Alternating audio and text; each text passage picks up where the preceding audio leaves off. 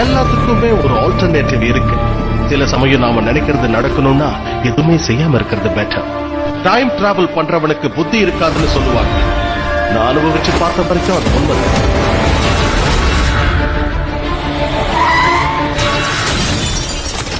அட போங்கயா, வெக்கேஷன் கூட்டு வந்து நம்மள இப்படி வெறுப்பேத்துறாங்களே. என்ன நடக்க போகுதோ அதை உன்னால என்னைக்குமே கண்ட்ரோல் பண்ண முடியாது. We squander animals like this. EMV just must well protected.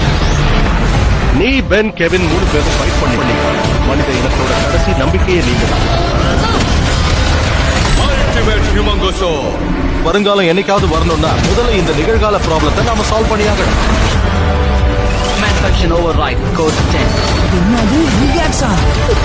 ஒருவேளை இவங்க டைம் டிராவல் பண்றாங்களா?